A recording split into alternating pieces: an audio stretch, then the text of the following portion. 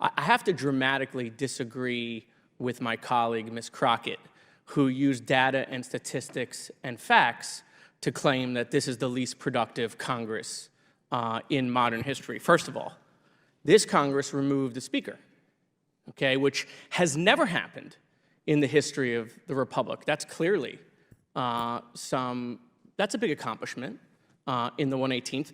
This Congress took 15 rounds to even elect that Speaker that they then removed, right, which was historic in its own right. And then they removed a member of their own party. That hadn't happened in 20 years, so kudos to them. They've had a failed impeachment of a president. I don't think we've seen that happen in a really long time.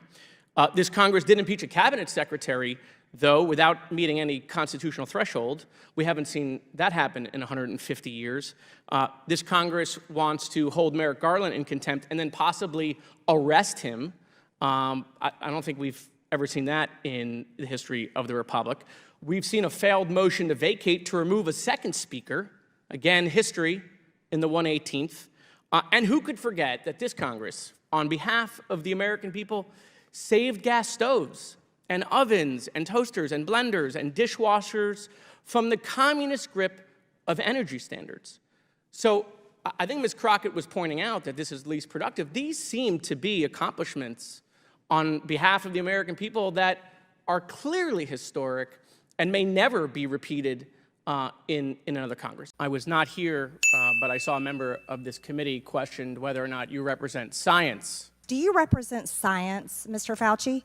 I am a scientist who uses the scientific method to gain information. Yes, you said you represent science. Do you represent science, Mr. Fauci? Yes Again, or no? Yes or no? No, that's not a yes or no answer. Yes, it's a yes or no. I don't think it is.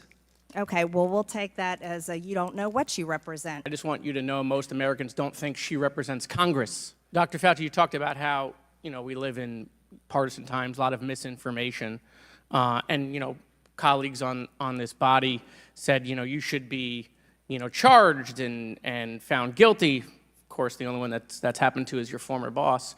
But, the question I have is, when you saw a lot of that disinformation, whether it was, we can use a disinfectant to do like a cleaning or do light in the body, or that, China's working super hard, President Xi's got it contained, all of the stuff that was being put out, were you concerned? What was your feeling at that time working in the administration, seeing that come from the podium? Well, I was very frustrated by that. It was very clear. I was put in a very difficult position that I didn't like, of having to contradict publicly the President of the United States. I took no great pleasure in that, but I felt it was my responsibility to preserve. He must have thought you did a great job. He gave you a commendation right before he left. Well, I felt it was my responsibility, as to preserve my own personal integrity and my major responsibility to the American public to tell them the truth. Is any Mr. Chairman, move to other strike the members last seek word. recognition? Mr. Chairman, move to strike the last word. Chair recognizes Mr. Moskowitz. This is a very serious issue, and I think you're trying to make a joke out of it. And I go through this in the Oversight Committee with Raskin's little lapdog, Moskowitz. Thank you, Mr. Chairman. All right, so welcome to Oversight After Dark. If you love James Comer at 11 o'clock in the morning, you're really going to love him at 8:30 p.m. So, members, the hearing was moved today. We don't have to ask the question. The hearing was moved today so that members could go to New York and attend the Trump hearing. But how's he doing? He's complained that he's chilly in the courtroom. Is it chilly?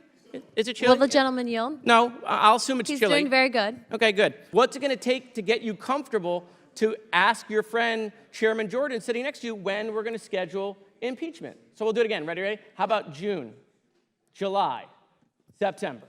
Does the gentleman know how many spare Biden masks there are available in D.C.? I don't, but there's a lot on Etsy. You can get lots of things. Okay, so look, I'll yield the balance of my time to the ranking member if he wants to use the last 40. Oh, you have something to say, Mr. Chairman? Go ahead, please. No, I was going to say you yielded to Ranking Member Yeah, Raskin. I'm He has done. 30 seconds. Go ahead, Mr. Ranking Member. With that, there was a lot of discussion about the CBO report. Who is the CBO, Mr. Shriver? The Congressional Budget Office. Okay, so those are our folks. Correct, Congressman. Okay, and it's nonpartisan. Correct. Okay, and you mentioned a report that they issued, right? That report, which I have here, came out in April of 2024. Yes, Congressman. Okay. That's the report I was referring to. And even though it's nonpartisan, who controls the House in 2024? I believe the Republican Party. Okay, I believe you're correct. So on page 21 of that report, which is the congressional report from the CBO, it specifically shows the difference between the private sector and the federal government when it comes to teleworking. There's a chart which I have behind me, and I'm not going to do what Trump did and just circle Alabama, but I am going to circle that area right there, right? So we always constantly hear that we should run government like a business. This seems to show, according to the congressional report, our report from April, just a month ago, that the private sector is teleworking more than federal employees. Is that what this chart shows? Congressman, that's how I read that chart, yes. Oh my God. So the federal government is actually outpacing the private sector. I'm sorry, the private sector is actually outpacing us in teleworking. So, it was mentioned by the ranking member about really what we're doing here. You don't have to listen to my words. I would like to do a spirited reading of the campaign email sent out by the chairman. And it's on lovely stationery. In fact, it says, from the desk of the oversight chairman. I'm not sure you can do that, but I'm not an ethics expert. It says, friend. President Biden is exerting executive privilege in a last-ditch attempt to stop the disastrous audio recording of his interview with special counsel from being released. And it's highlighted in yellow. Want to make sure people saw that. Just a few months ago, the White House bragged that Joe Biden had nothing to hide and would not exert executive privilege during special counsel Hur's investigation. They even said he had nothing to hide. That's in italics. Now Biden and his advisors are terrified that I, James Comer, will release the recordings, forcing the media and the Democrats to answer for the dismal decline of Biden's mental state. He even had attorney Merrick Garland write a letter saying that his interview falls within the scope of executive privilege. This could be the final blow with swing voters across the country. Okay. You and I know, hold on, we're not done, it gets better. You and I know he's not up for the job, but the mainstream's media refusal to report on it as only keeping him in the game. Stand with Comer. The Democrats, you sure about that? The Democrats are pulling out all the stops to stop the bleeding. That means coming after me with everything they had. If you're able, we hope you are, I'd be so grateful if you'd consider making a donation to my campaign. I sure need it to defend against the onslaught of attacks. Thank you for everything. James Comer, chairman of the House Oversight Committee. Without objection, I'd like to enter that into the record. Without objection, so ordered. All right, beautiful. So again, Mr. Chairman, since you think this is the final blow, right, and obviously the chairman of Judiciary is here too, we only have June, July, and September before the election. We're not here in August and October. So, I mean, I'm sure the American people are paying attention at 11:30 p.m. where you buried this hearing because it's so important. When are we going to do the impeachment of Joe Biden? When is that going to happen? Is it going to be June? Is it going to be July? Is it going to be September? Let's just put it on the calendar. Let's just put it on the calendar. Pick a month. We're available. We were available at 11 a.m. You guys weren't. Just pick a month, right, so we can get it on the calendar and do the impeachment. So hold on. I'll give you choices. Ready? June. July. How about September? Okay. So we're never going to schedule this thing. It's never going to happen. He's sending out more subpoenas because he has no evidence. Okay. And yet here we go around and around and around. And so we get it. You'll raise money off of it. Congratulations to you. If you want, Mr. Chairman, I can get the transcript out. I can do a spirited reading. We can sit here. I'll do all 250 pages for you. I'll even put on like a Biden mask, make it visual so you can like really get in the moment. We just want to know like what's it going to take, Mr. Chairman, to get you comfortable. You go on Newsmax and you get comfortable. What's it going to take to get you comfortable to ask your friend Chairman Jordan sitting next to you when we're going to schedule impeachment? So we'll do it again. Ready? How about June, July, September? I actually, similar to Representative McCormick, who was serving in the field as a doctor during COVID, I was running the logistics operation and the Florida response as the director of emergency management for the state of Florida for Governor DeSantis. So I was deploying masks and gowns and gloves. We were setting up field hospitals. We were setting up testing sites. We were setting up vaccine sites throughout the pandemic.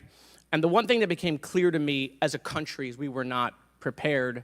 In fact, we actually had many preparations for a pandemic, but both the states collectively and the federal government threw that out and kind of was just making it up as we go. One of the things I wanted to ask you, and I understand you're not in the response field, but do you feel, since you've left, that we are better prepared today than we were several years ago when COVID hit? In some respects, excuse me, in some respects we are, but in others I'm still disappointed. And I think one of the things that was really a problem with the response was the degree of divisiveness that we had in the country about a lack of a coherent response, where we were having people, for reasons that had nothing to do with public health or science, refusing to adhere to public health intervention measures. What I think that we will do better, hopefully, is that the CDC, I believe, has now recognized some of the failings of the lack of communication and interaction between the federal response and the local public health officials. One of the weaknesses that we had in the United States that other countries didn't have was a disconnect between the healthcare system and the public health system, whereas the CDC can't demand information from local public health individuals. They have to volunteer to give it to them, and it isn't given to them in real time. So we were at a disadvantage. Oh, no question. I saw that. I saw how the lack of investment in technology, right? We had states trying to share information with the federal government using, Windows 2000. Or fax machines. Fax machines, Right. exactly.